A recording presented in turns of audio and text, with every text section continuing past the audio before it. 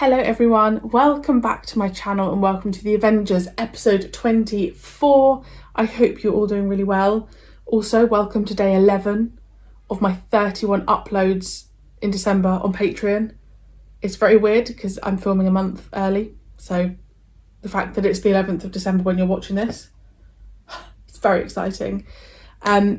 This is going to be a short one. I've already seen the recon is less than 9 minutes. I apologise, obviously I can't do anything about it.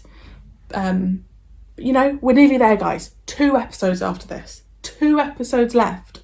And I'm very, very, very excited. This is called... No, I want to see if I remember. No, I don't remember. Oh, the Deadly Air. The Deadly Air. Someone's going to be intoxicated, fumes, something like that. Because it's so short, I won't edit this down. This full length will go onto YouTube as well. It's just not worth my time. So yeah, let's go.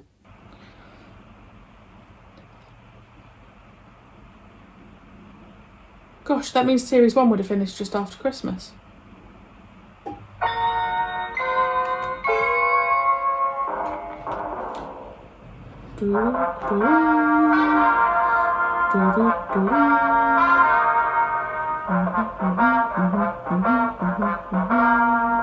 I hope also in series 2 we get an actual intro with moving parts. That would be cool.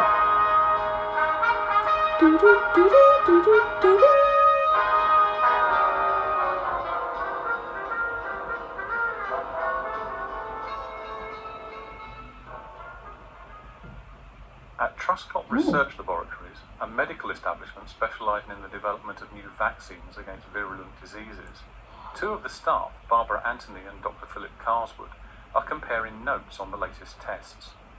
Their new vaccine is needed urgently. They cannot afford any setbacks to this project. Interesting. The Deadly Air, written by Lester Powell, produced by Leonard White, and directed by John Knight. Carswood goes to the controls for the laboratory's test room and runs through them with Henniger, the technician. All seems well, and Carswood leaves Henniger in charge of the room and the files of vaccine. However, a figure in a lab coat sneaks up on Henniger, overpowers him, and renders him unconscious with a pad soaked in chloroform. The assailant proceeds to destroy a batch of the vaccine by lowering the pressure in their storage chamber. Why? Steed is called in to investigate, and brings Dr. Keel with him to act as a medical expert. They suit up before entering the main laboratory. Inside, Dr. Hugh Chalk, one of the senior scientists, is discussing setting up a final test with the head of the project, Herbert Truscott. Steed and Keel introduce themselves to everyone, and Steed chats to Barbara, trying to see if she has spotted any suspicious behaviour. I reckon it's that lead scientist. Another man, Dr. Owen Craxton, the other senior scientist involved in the vaccine project. Keel agrees with Dr. Chalk that another test must be done, and in another room, Steed rings 110 to discuss progress. 110 seems satisfied but reminds Steed that there is little time to waste. In the centre's canteen, Carol Wilson has brought along some medical books for Keel to refer to. Keel does not relish having to delve into the large tomes. It's too much like being back at medical school. After the tea break, Chalk, Craxton and Carswood prepare some vaccine in a flask. Carswood volunteers to be the test subject, much to the concern of Barbara and Dr. Chalk, but Carswood is determined to go through with the test. Keel helps Carswood go through the procedure until a new file of vaccine is produced. Then Keel is sent out to the canteen with Steed and Barbara to avoid possible contamination. Steed carries on his discussion with Barbara over lunch. She is concerned that any delay to the vaccine development could result in more lives being lost. Steed reassures her that he and Keel will do their best to stop any further delay to the project. But when she has left, Steed admits to Keel that as yet he has no clues to the identity of the troublemaker. Back in the main laboratory, things are going disastrously. Carswood is in the isolation room, struggling for breath. Oh God. He staggers out and collapses, fighting for his life, just as Keel walks in. Luckily, the centre has a hospital wing, and Carswood is rushed to it. There, he is put in isolation inside an iron lung in order to keep him breathing, whilst the cause of the collapse can be determined. The doctor there, Harvey, thinks Carswood may have received a dose of the disease that the vaccine is to be used against. But how did he get it? Steed and Keel test the vaccine on a guinea pig to see if it is faulty, but the little animal shows no ill effects after being injected, so the vaccine is not the cause of Carswood's collapse. Then, Steed enlists the help of the centre's engineer, Armstrong. They investigate the air supply system used by the now decontaminated isolation room and find broken glass near an intake fan.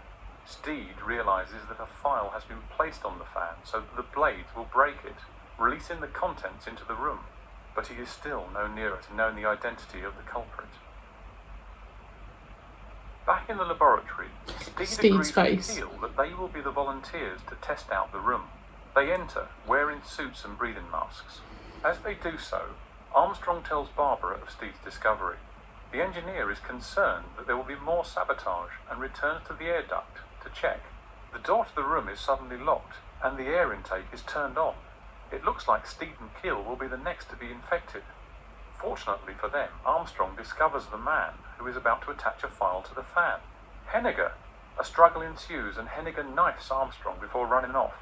Fatally wounded, Armstrong manages to move the switch that unlocks the booth door and stops the air intake before falling dead. Aww. Steed and Keel find the dead engineer and realise that he has saved their lives.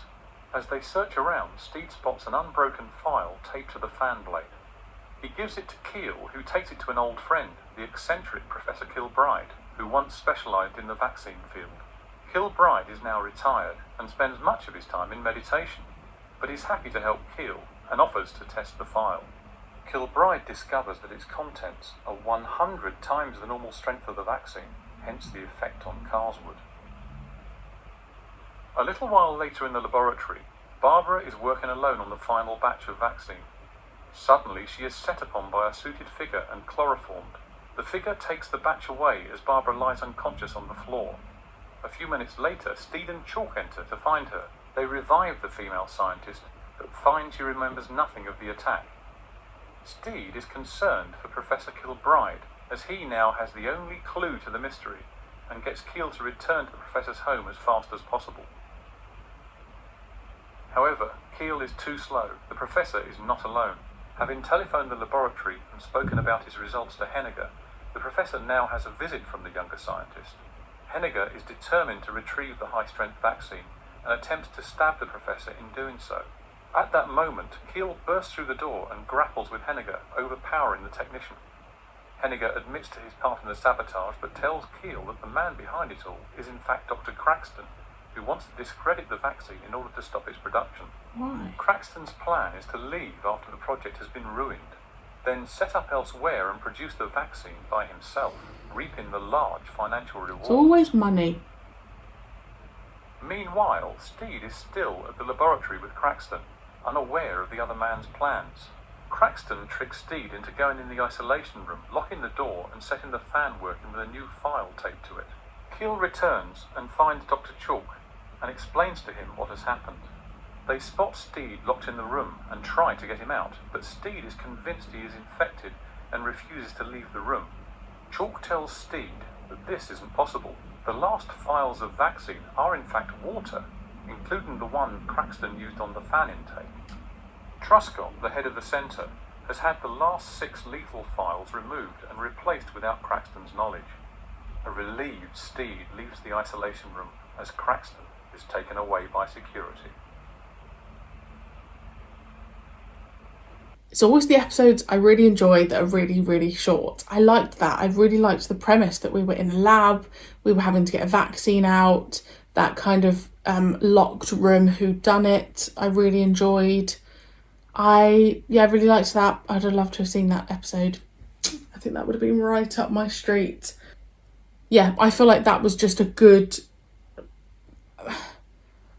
basis of a story. Basic isn't the right word. It's a good base for a story, like a who's done it. But it's always for bloody money, isn't it?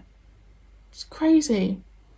8 minutes that was. They can't have had many pictures from that one. But then I guess because we weren't changing locations all the time, I guess there wouldn't have been all that much substance, maybe, I don't know, but I had a great time. This is a really, really short episode, so I apologise. 2 more episodes to go and then we're done. Let me know your thoughts. I really, really hope you enjoyed, and I shall see you, well, if you're watching this on Patreon when it comes out, I'll see you tomorrow. And if I'm seeing you on YouTube, then I'll see you very soon.